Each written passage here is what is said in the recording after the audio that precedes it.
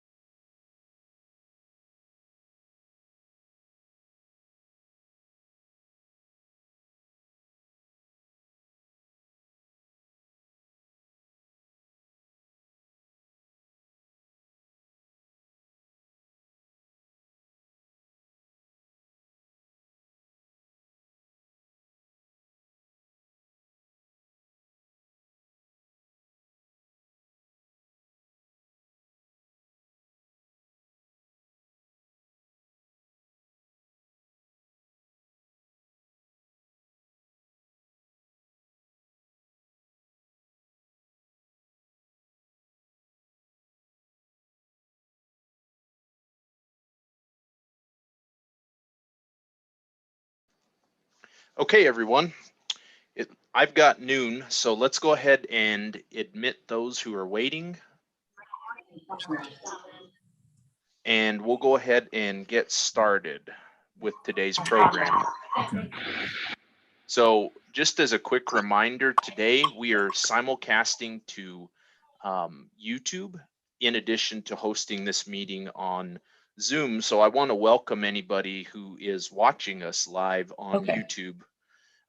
Everybody that's in the Zoom meeting, please make sure that your mic stays muted just for sound quality purposes, unless you have a question to ask, and the question can be asked through the chat or it can be asked verbally as well. Welcome everyone to the MU Extension Forage-Livestock Town Hall meeting. My name is Eric Bailey. I am a state's beef nutrition specialist with MU Extension. I will be both the educational topic presenter today and the host for this meeting. My co-host is Wesley Tucker. So what we're going to do today is we're going to start off with a weather report from Dr. Pat Guinan. Then we're going to dive into our topic of the day, which is considerations when weaning fall-born calves. And we're going to talk more along the lines of aligning your weaning date with your spring flush of growth and, potentially the timing of weaning, whether they should be weaned, what date they should be weaned, all of those factors. Just a little bit of housekeeping before we get started. We welcome any questions, both of those that are on YouTube and on Zoom. You can submit those questions via the chat button. Wesley has changed his name to ask questions here. If you send the question to him directly, that'll be a private question and it'll be anonymous. Conversely, you can also put those questions in the chat box to everyone and we can see where the question comes from. So with that, Dr. Guinan, are you on and ready? I am, Eric. Thank you. And good afternoon, everyone. I'll go right into my presentation. We've had quite a bit of a pattern change over the past couple days from what was a very mild April, first week or so, and dry, to one that's really shifted to below normal temperatures and some notable precipitation across the state. We actually we're getting a little bit drier. We hadn't seen rain in 10 to 12 days, but things have really changed notably over the past 48 hours. And on the left are actual rain gauge reports for the 24-hour period ending this morning. And you can see some of those orange colors, reds, and those yellows are some of the highest totals with rain gauge reports we saw from the COCORAS network this morning. We have about 300 observations that were reported this morning, and many areas, especially across mid-Missouri into northeastern parts of the state, saw more than an inch of rain. On the bottom left is the table showing some of the highest reports out of Marion County in northeast Missouri, right here in Boone County. That was my rain gauge report. I had 2.35 inches. We had some big rains yesterday here in Columbia. Wayne County in southeast Missouri, and then over a little bit in west central, Morgan and Benton County, and down in southeast Missouri again in Carter County. We saw some big totals. And on the right, just is the radar estimate to kind of show what are the estimates, and you can match those up with some of the actual rain gauge reports. And it did a pretty good job in showing where the rain fell over the past 24 hours. Again, those greens and yellows are the heaviest precip. I will note that there was some precipitation prior to the previous 24 hours that impacted some of western and west central and northwest Missouri. So overall, the heaviest totals, most of the state, with the exception of far southwest Missouri, they've actually missed out on these rain events, much lighter amounts than some of those southwestern counties. But overall, the state did see some decent rainfall. The temperatures have responded accordingly, especially during the first week of April. These are soil temperatures at the 2-inch depth. And you can see over the past week, they've been averaging generally in the 50s statewide, low to mid 50s over the northern half of the state, mid to upper 50s over southern parts of Missouri. The map on the right is the latest from about 10 minutes ago. Those are the 2-inch soil temperatures that generally running in the 50s statewide, we have much warmer conditions in southeast Missouri where actually the sun is shining. And so those soil temperatures have reacted. They're now in the lower to middle 60s. It's a roller coaster forecast over the next few days. Of course, today we have an upper level system over north central Missouri that's bringing us this cool, cloudy weather, showery as well. Not nearly the heavy rains we saw yesterday over parts of the state. I think any showers that occur today, maybe perhaps maximum totals might be around 1/4 of an inch. Nonetheless, somewhat cool and cloudy all day today. But look at that forecast for tomorrow. High temperatures, we're rebounding nicely. Beautiful day tomorrow. Lots of sunshine, highs generally going above normal. Around upper 60s over northern Missouri to low to mid 70s across the rest of the state, even upper 70s in southeast Missouri. So some really nice weather for tomorrow. Things change again. There's another system in the northern plains that will be dropping south and southeastward into Missouri by late in the day on Friday night and Saturday. And you can see those right in that middle image, shows the high temperatures for Saturday struggling to get out of the 50s over much of the state. So again, below normal temperatures for Saturday with cool, cloudy conditions and pretty good chances of showers statewide.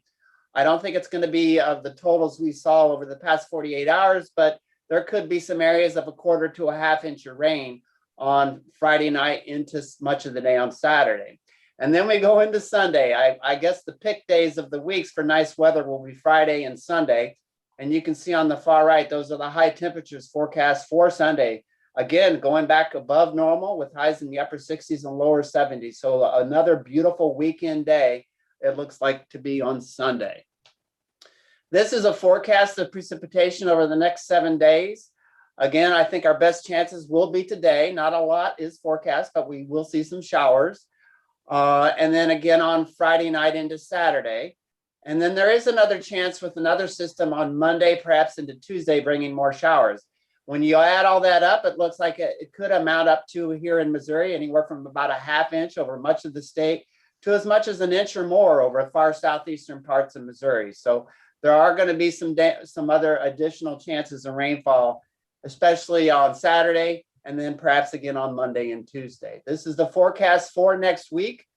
Again, this pattern change, it looks like from above normal conditions during the first week of April to perhaps by the middle part of April, which will be for next week. Look at all that blue. The deeper the shades of blue, the higher the confidence that this forecast will verify. So they are indicating below normal temperatures are likely across much of the middle part of the country. That includes all of Missouri.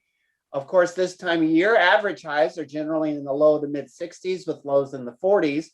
So if you look at this forecast of below normal temperatures, that would put highs perhaps only in the 50s for much of next week, and lows getting down into the 30s. On the right, it does look like perhaps drier conditions for next week.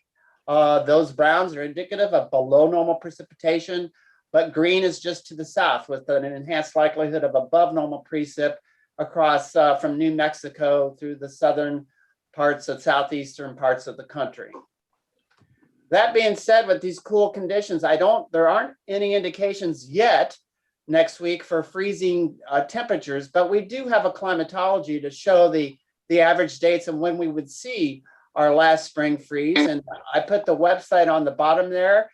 You can get a lot more information if you go to that link to get various temperature thresholds and the median dates on when you would anticipate various killing freezes, severe freezes, or light freezes. This is for a 32-degree temperature, so a light freeze. Generally, it's about the 3rd week of April across northern Missouri, around the middle part of April across mid parts of the state. Of course, the Ozark Plateau does have an implication on those later spring freezes, more matching of what we see in northern Missouri. But when you go into southeastern Missouri, we've already approached generally the average date of our last spring frost, and especially down in the Boot Hill. So it'll be something to keep an eye on, though, as we go into next week with those below normal temperatures in the forecast. And Eric, that's pretty much a weather report. Thanks so much for the opportunity, and I'll hand it back over to you.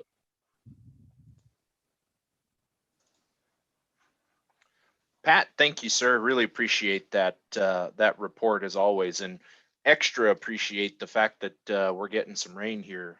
Certainly help this spring grass come on. So Okay, we're going to dive into today's educational topic. We're going to talk about weaning fall-born calves. Now, understand that today is not so much going to be about weaning management strategies, but more of a bigger picture of efficient forage utilization for cow herds who are fall calving in general. What I'm going to talk about are going to be cow body condition and the relationship with reproductive performance, why that's so important to the overall success of a beef cow herd. We're going to talk about matching forage demand with forage growth, especially during times of this spring flush of growth that we see here in Missouri on tall fescue pastures.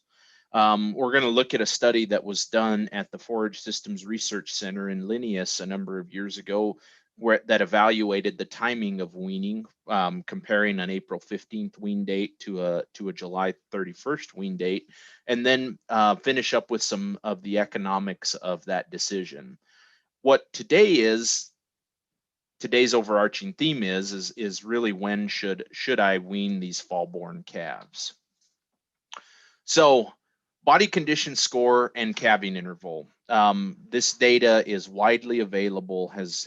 This phenomenon has been demonstrated by a number of labs, but I always like going back to Patsy Houghton's data from 1990.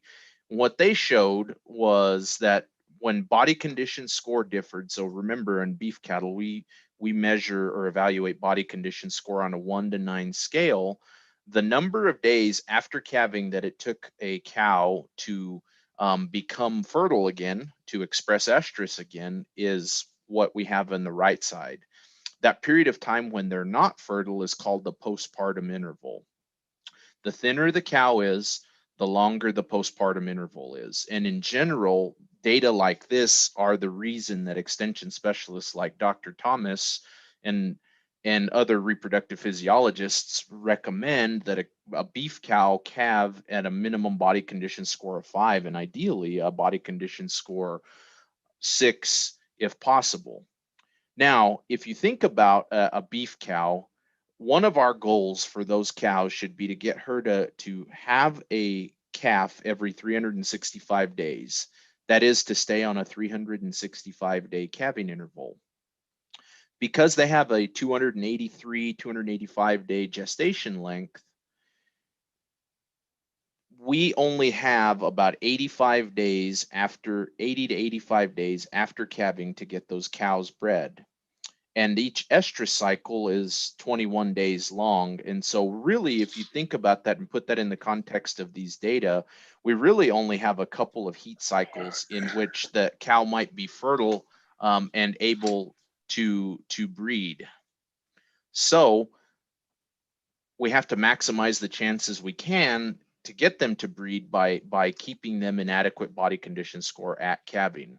And just to reiterate, body condition score at calving is very important to future reproductive success, and quite honestly to the long-term viability of a cow-calf business. Now, there's a second piece to this puzzle that I think is important to understand in the broader context, and that's the relationship between body condition score and the lactation status of a female. And in general, what is seen in the literature is that body condition score declines in cows as the length of lactation or of suckling is extended. Now understand, these data are from the Sandhills of Nebraska. And what they did with a rather large cow herd out there is they went in and they weaned a subset of calves every 2 weeks. Starting on August 18th, they weaned a subset of calves every 2 weeks all the way to Thanksgiving. In general, what you see here on the slide is that the cow slipped about a quarter of a body condition score for every 2 weeks that the calf remained on the cow. Now, there's some really important context to this data, and the reason that I'm pointing this out is that in a warm season perennial forage system, when we get into that September, October, November period, we're really on the backside of peak forage quality. So forage quality is declining throughout this time that the graph represents on the screen right here. Meaning that as the cow continues to lactate, the forage quality is declining to a point where it's not meeting her nutrient requirements. And to keep up with the nutrient demands for lactation, she is giving up some body condition score. And that can be a real challenge if you think about a spring calving herd, especially you'll notice those spring calving cows that body condition score went down to 4 when they were weaned on Thanksgiving. They're going into winter in a very poor body condition score, and there's not really an opportunity or a good time for them to regain some body condition score before they have to calve again, which sets us up kind of in a vicious cycle to possibly extend that postpartum interval. And so thus the timing of weaning is going to influence body condition score in situations where forage quality is declining. But I want to point out a pretty distinct difference between that data set that I show you and what we face when we talk about tall fescue in Missouri. So this slide is courtesy of Craig Roberts, the MU Extension State Agronomy Specialist. And what this shows, I know I've been talking about quality, but this shows the quantity or the yield curve of tall fescue. And what's interesting is that in a fall calving system, we're calving onto that fall regrowth period in tall fescue.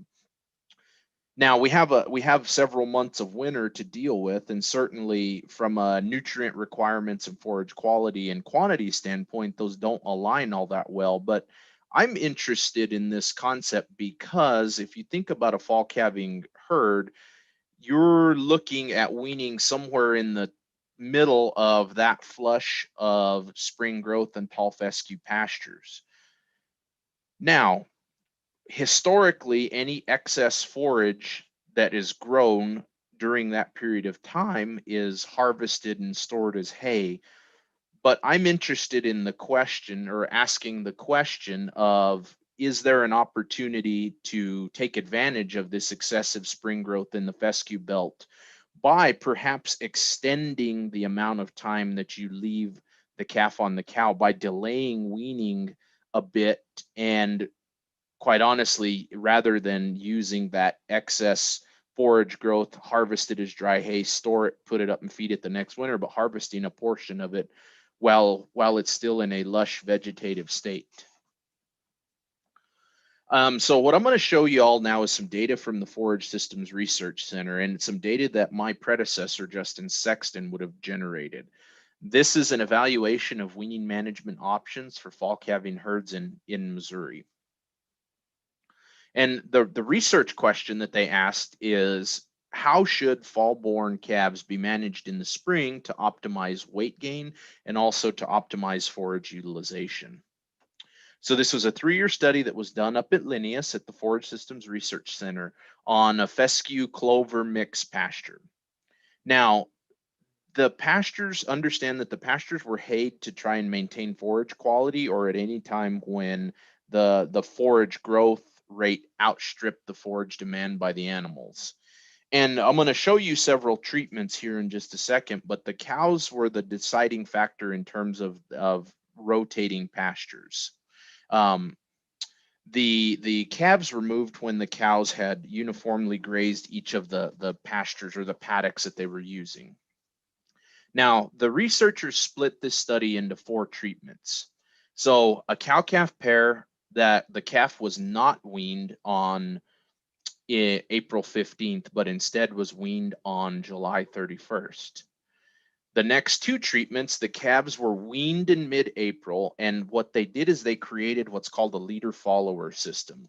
And so basically through their rotations, the calves were rotated onto fresh pastures. Then when the cows were the followers in the group, when they had grazed down a paddock, they were rotated onto the next paddock, and the calves were then moved subsequently as well. And so a very well managed grazing system in which the calves had access to the lush vegetative regrowth. The cows came along behind and basically mowed everything else down.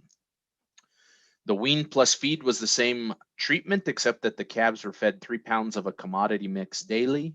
And then the fourth treatment, they removed the cows completely from the grazing system, and the calves were weaned in April and grazed on those same managed pastures without cows in the system. And so, you know, I think it's important for y'all to understand that in this case, you know, we had a much lower forage demand from our group of animals that were grazing this pasture, a much greater opportunity for the pastures to get ahead of the grazing animals. So let's look at the cow data. So the cows weighed on April 15th, they weighed 1,270 some odd pounds. Both the cows that had calves remaining on them, and the cows that had calves weaned off of them. When you look at the weights of these cows on July 31st, though, you'll notice that there was only about a 30-pound difference in the weight between the two groups, and it was not statistically different. And in terms of body condition score on July 31st, the cows that had calves weaned off of them were a body condition score 7. The cows that had calves on their side still were at a body condition score of 6.7, which was in excess of our minimum threshold that we recommend for, you know, basically keeping cows in shape for the next breeding or for the next calving season and following breeding season. At least under the conditions of this experiment, my takeaway from looking at this cow data was that, you know, but we did not incur a nutritional penalty by leaving the calves on the cow for a longer period of time. If we only took 30 pounds of weight off of the cow's back, or 4/10 of a body condition score, at least according to these data, we did not have a detrimental effect on the cow going into the next calving season. And quite honestly, the cows that had calves weaned off of them were, you know, as heavy as we want them to be, quite honestly. Okay, let's look at the calf data. So now the calf data has got all 4 treatments together. And just as a reminder, so CC pairs, the calves were not weaned off of the cows until July 31st. The wean and wean plus feed, the calves were weaned April 15th, but then grazed in that leader follower system, where both the calves and the cows were grazed, but in separate units. The stockers were, the calves were weaned off of the cows were taken out of the experiment and were elsewhere and were not a part of the grazing system. So as expected, weaning weight didn't differ in April across the treatments. In fact, we're within just a few pounds of one another. In 2 weeks, there was not much of a difference in terms of weight. But as you'll notice, we get into June and into July, the treatments start to differentiate themselves a fair bit. And you'll notice that on the 1st of June, the cow-calf pairs and the calves that were weaned and supplemented weighed more, you know, approximately 67, 66 pounds more than the calves that were weaned and not provided supplement. And an additional, let's see, they would have been about 80 pounds, roughly 80 pounds heavier than the calves that were weaned and cows were removed from the system. And as we go on to July 31st, those differences only amplified from one another, where the cow-calf pairs and the weaned and supplemented weighed more than the calves that were weaned and not supplemented in a well-managed grazing system, or the calves that were left on the field as stockers in a sense. And so from my perspective, there was a real benefit to supplementing calves in this experiment. And, you know, to look at it a little differently, there was a real benefit to supplementing them either from the cow or from your bucket. And I think that distinction is important, because we didn't see a detrimental, or they didn't see a detrimental impact on cow condition. And so we were able to supplement using milk very efficiently in this case, and we didn't have to buy any feed. Let's look at the economics though of this setup and talk about what it costs to put weight on that additional 70 pounds of weight on those calves. So if they were feeding 3 pounds a day between the days of April 15th and July 31st, that was 107 days. They fed them 3 pounds a day. That's 321 pounds of feed. Now, I pulled a current feed price for just a simple commodity mix and that is about 13 cents a pound currently, or $260 a ton. Thus, if they fed them 321 pounds of feed during that period of time, they invested about $41.73 in feed in those calves. Thus, if you express that as a feed cost of gain, or how much it costs to put an additional pound of weight on those calves, 41.73 divided by the 70 additional pounds of gain of the when you compare the leader follower, the wean calves that were getting supplement to those that were not getting supplement, you see that you had about a 60-cent feed cost of gain, which does not include the fuel or the labor that was put into the system. That 60-cent feed cost of gain is in line with backgrounding feed cost of gains that I'm seeing right now. Unfortunately, this dramatic escalation in the price of corn that we've seen over the last 6 months has really impacted the rest of the commodities that we might feed to beef cattle, and feed prices are expensive right now. Now, I want to look at it from we looked at it from a cost of gain perspective, but now I want to look at it from a value of gain perspective, because when we put additional weight on a calf, when we take them from 450 pounds to 550 pounds, we don't often see that the price per pound of the 450 pound animal is the same as the price per pound of the 550 pound animal. That's the classic price slide that we talk about. Now, I borrowed this slide from Wesley Tucker, and I believe that these data represent the value of gain. So factoring in the price slide, this is the value of putting an additional 100 pounds of weight on an animal. These data are from 10 years of sale reports from the Oklahoma City stockyards, I believe. Now, I know it's a busy table. There's a lot to interpret. I want to bring it down and focus on just a couple of numbers here. I want to focus on essentially the value of gain of taking a 450 pound animal to a 650 pound animal, which at least kind of gets us in the ballpark of the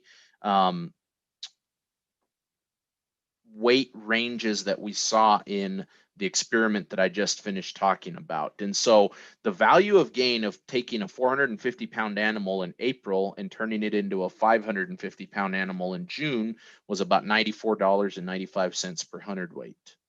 The value of gain of taking a 550 pound animal and making it in June and making it a 650 pound animal in August is about $102.85.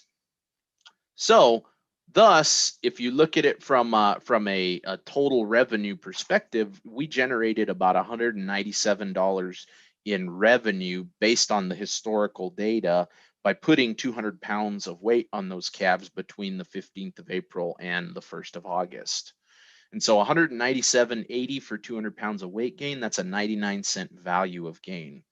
Thus, if you were feeding these calves, you spent 60 cents in feed and you got 99 cents in value. So you were ahead by roughly 39 cents, not valuing your labor and your fuel in supplementing those calves.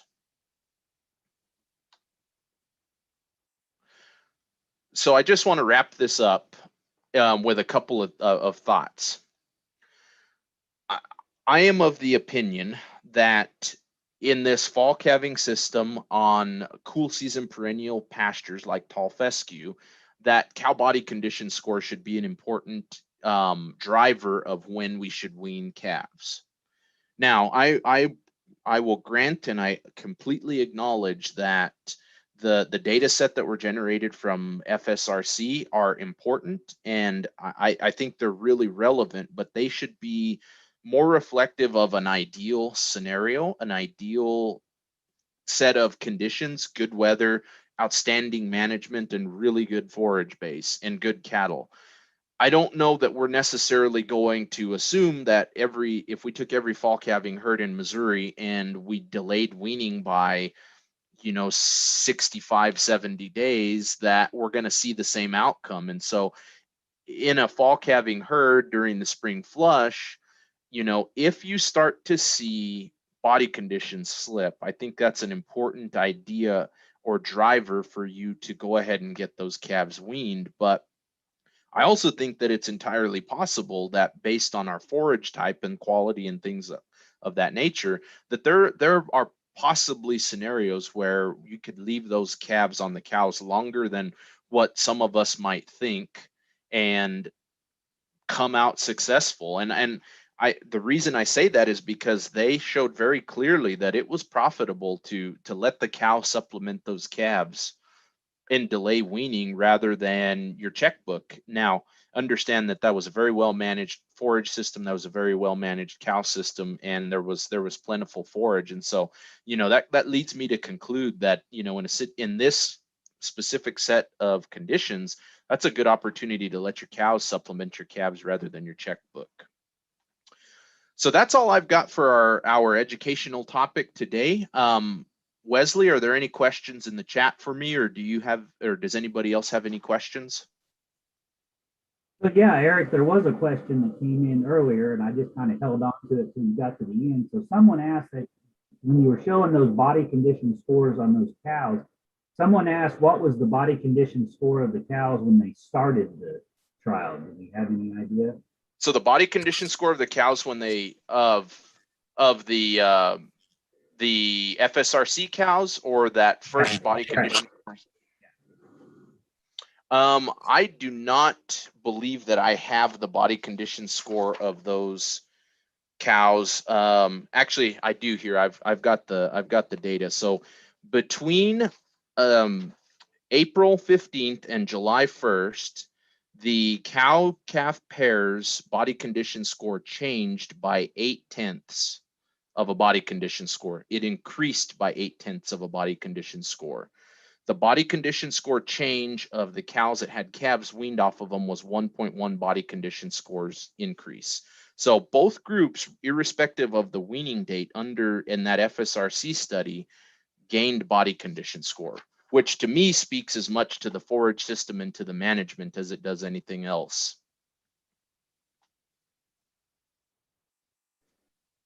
There was one other question. Someone said that in past, they've had other speakers tell them that once a calf gets past 200 days of age, that a cow is essentially a walking pacifier.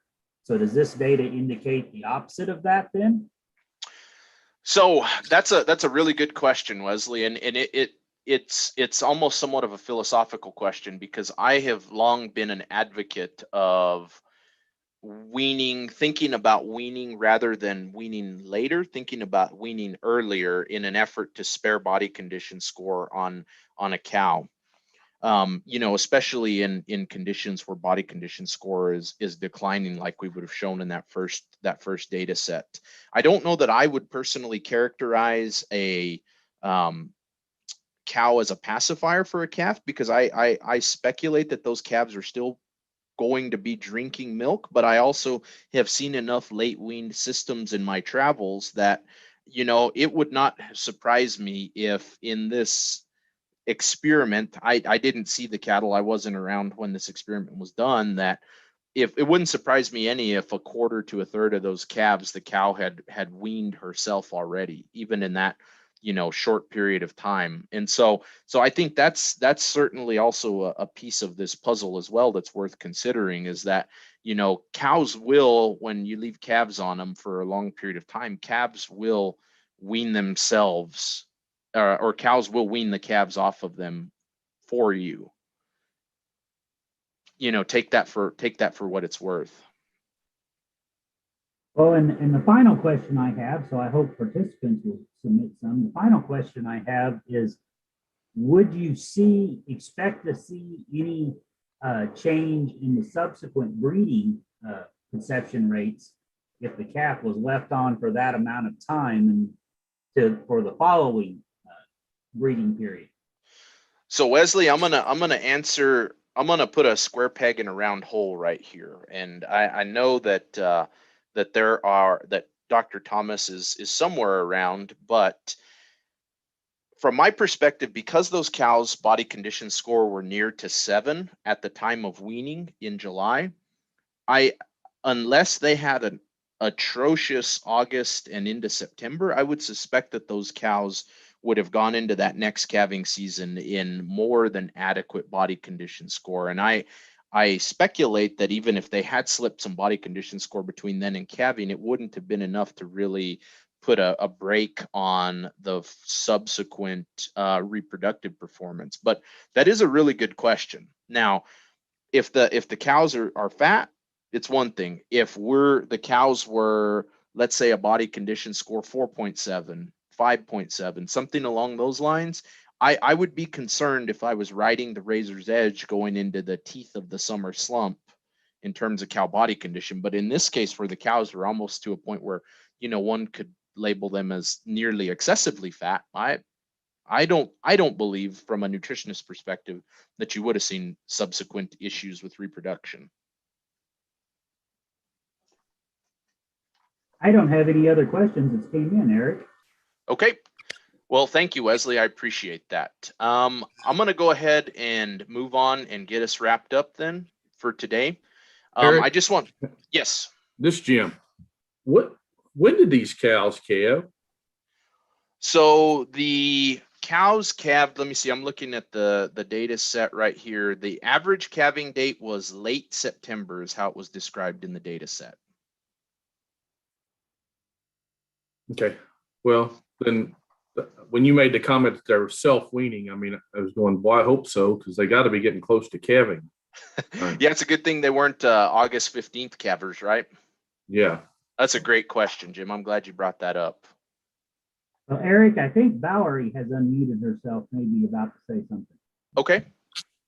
I was just going to make the comment that I was working at FSRC at that time, and the cows at that time especially, were pretty high milk producing cows, and so probably better than your average beef cow as far as milk production. So I think that was also maybe a contributing factor to the fact that those calves continued to grow as well as they did when they were nursing cows.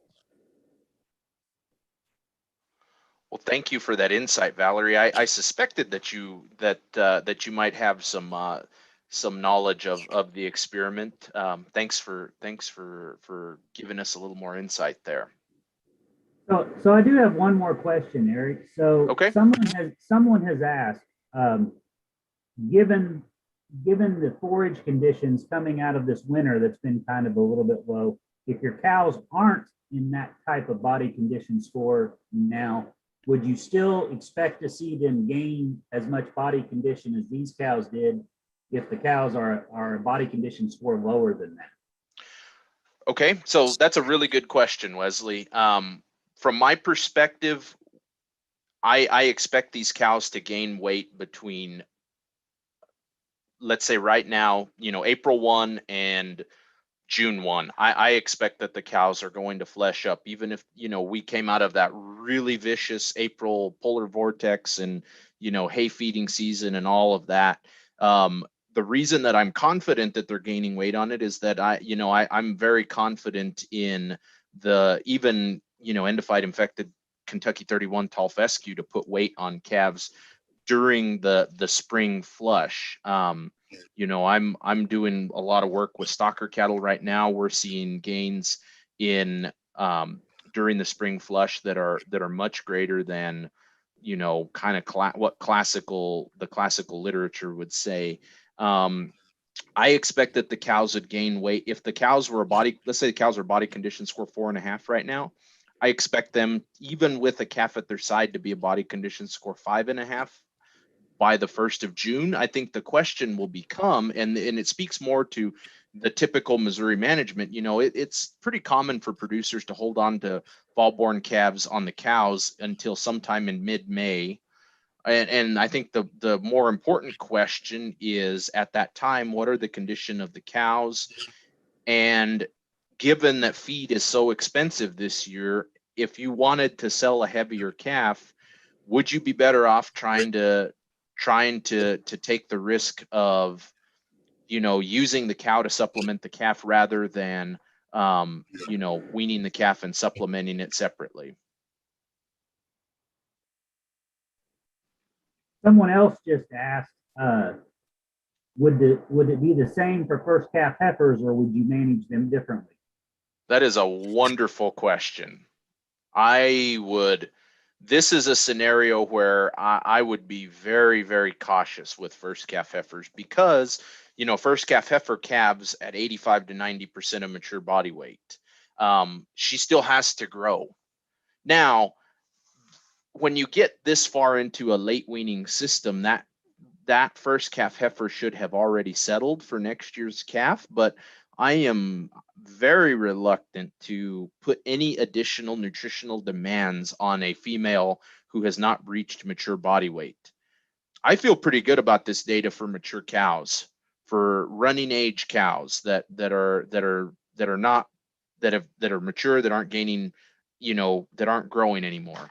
Young cows, I would be reluctant to do something like this. And I think it's honestly, it sparked a pretty interesting debate between Dr. Thomas and I this morning, and, you know, might be an area for future research.